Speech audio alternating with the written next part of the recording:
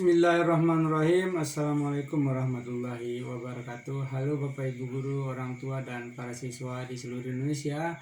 Selamat datang di channel Nyibir. Ketemu lagi dengan saya, Laolemha.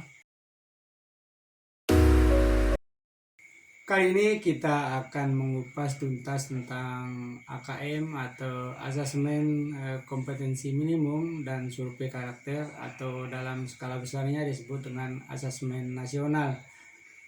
Kali ini saya berharap semoga kita semua dalam kondisi terbaik kita, sehat walafiat. Namun sebelum lebih lanjut kita kupas, jangan lupa subscribe, like, and comment.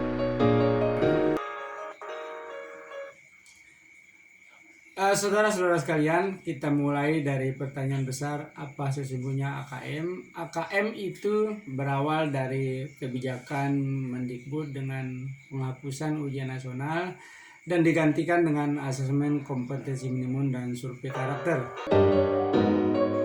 Dilatar belakangi oleh permasalahan rendahnya pendidikan dasar dan menengah yang meliputi skor PISA terendah, yaitu negara kita berada di urutan 10 besar terbawah, kemudian skor PISA yang stagnan dalam 15 tahun terakhir. Kemudian pertanyaan selanjutnya, apa sesungguhnya yang PISA?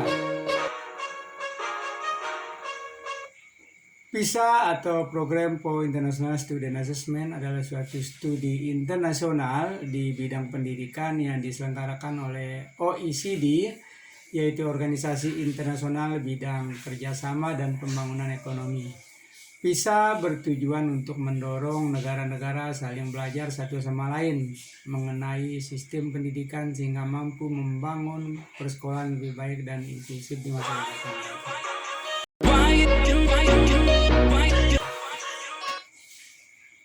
Jadi hasil PISA menunjukkan bahwa 70% siswa kita berada di bawah standar minimum dalam hal membaca, kemudian 71% siswa kita berada di bawah standar garis minimum dalam hal matematika, dan 60% juga siswa kita berada di bawah garis minimum dalam hal sains.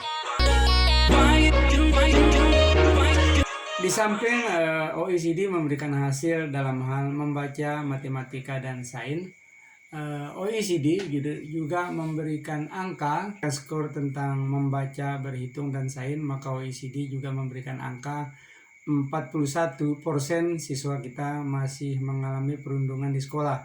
Perundungan itu adalah suatu kondisi di mana mereka merasa sedih, merasa gelisah, merasa tertekan, bahkan mereka tidak puas dengan hidupnya sendiri. Di samping itu mereka masih juga sering membolos. Kemudian hanya ada 29% siswa kita yang percaya bahwa dengan pembelajaran dan ilmu pengetahuan membuat hidup mereka jadi berubah, dari 63% angka OECD.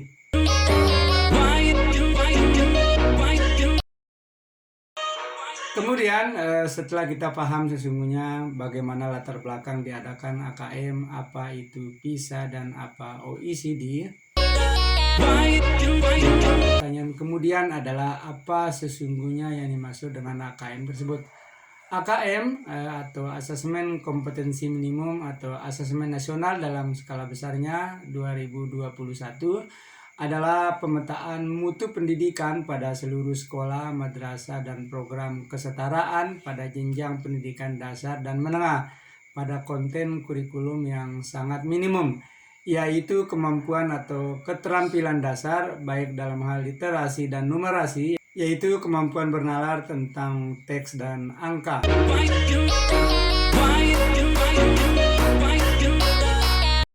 AKM sebagai bentuk pengukuran mutu pendidikan yaitu menggunakan 3 instrumen, yaitu asesmen kompetensi minimum, survei karakter, dan survei lingkungan belajar.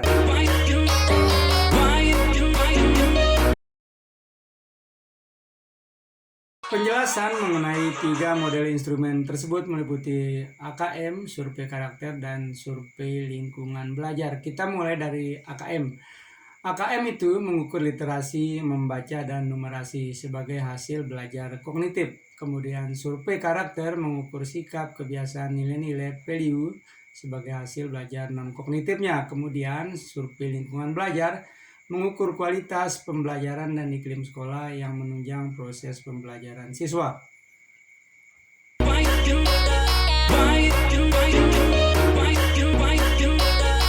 Pertanyaan kemudian, sesungguhnya apakah yang diukur dalam asesmen atau asesmen itu mengukur apa?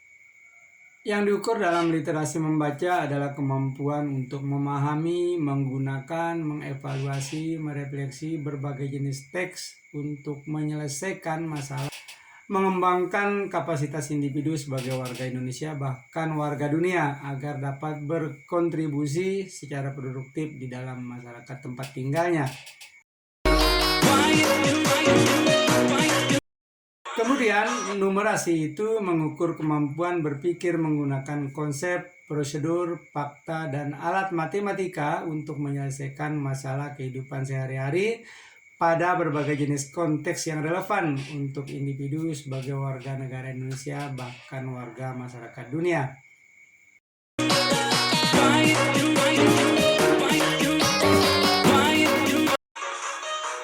Kemudian pertanyaan selanjutnya, apakah sesungguhnya yang diukur dalam survei karakter, yaitu suatu survei yang ingin mengetahui gambaran pelajar memiliki profil sebagai pelajar Pancasila, yaitu memiliki sikap iman, bertakwa pada Tuhan Yang Maha Esa, berakhlak mulia, kemudian mandiri, berpikir kritis, kreatif, bergotong royong, kemudian mampu berpikir global.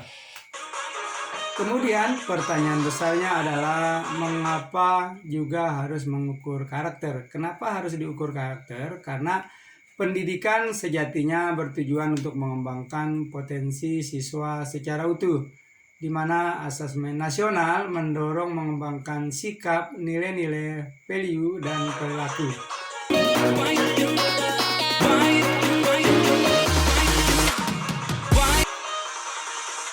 Lalu kemudian, apakah yang diukur survei lingkungan belajar?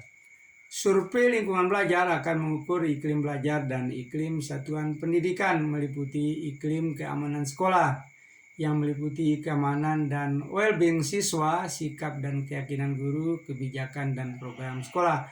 Kemudian juga akan mengukur iklim kebinekaan yang terjadi di sekolah, meliputi praktik multikultural di dalam kelas, sikap dan keyakinan guru serta kepala sekolah, dan kebijakan serta program-program sekolah. Selanjutnya, yang diukur dalam survei lingkungan belajar adalah indeks sosial ekonomi orang tua, meliputi pendidikan orang tua, profesi orang tua, dan fasilitas belajar siswa di rumah. Kemudian juga akan mengukur kualitas pembelajaran, meliputi manajemen kelas, dukungan efektif, aktivasi kognitif. Dan yang terakhir adalah pengembangan guru, meliputi refleksi dan perbaikan proses pembelajaran serta dukungan untuk refleksi guru dalam proses pembelajaran. Kemudian bentuk soal AKM meliputi objektif pilihan ganda dengan satu jawaban benar, kemudian pilihan ganda kompleks dengan jawaban benar lebih dari salah satu, kemudian menjodohkan, kemudian ada isian singkat, dan yang terakhir adalah non-objektif atau berbentuk soal isi. Sasaran asesmen nasional meliputi siswa kelas 5 SD, kelas 8 SMP, dan kelas 11 SMA. Meliputi AKM literasi numerasi survei karakter. Yang disasar hasil akhirnya tentu adalah hasil belajar kognitif dan hasil belajar sosio-emosional. Sasaran berikutnya adalah di samping tadi kita jelaskan adalah siswa kelas 5, 8, dan 11 SMA. Untuk siswa SD maksimal siswa yang akan disasar sampelnya sebanyak 30 siswa.